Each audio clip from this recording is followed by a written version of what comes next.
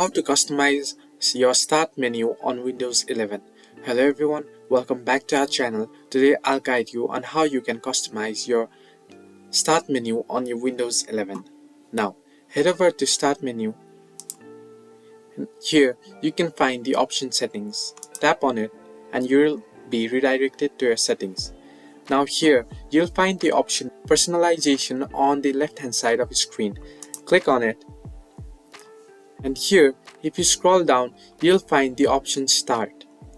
Now click on it again. And here, you can start personalizing your layout.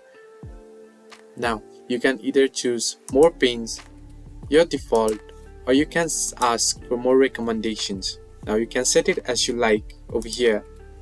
And now, you'll get the option to whether to show recently added apps, or to show most used apps, or to show recently opened items in Start, your jump list and file explorer. You can either set this off or on. You can either set it to show most used apps, or you can either set it to show recently opened apps.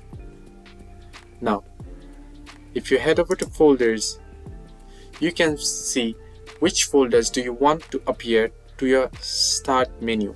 You can either keep for settings, your file explorer, and you can customize here as you want.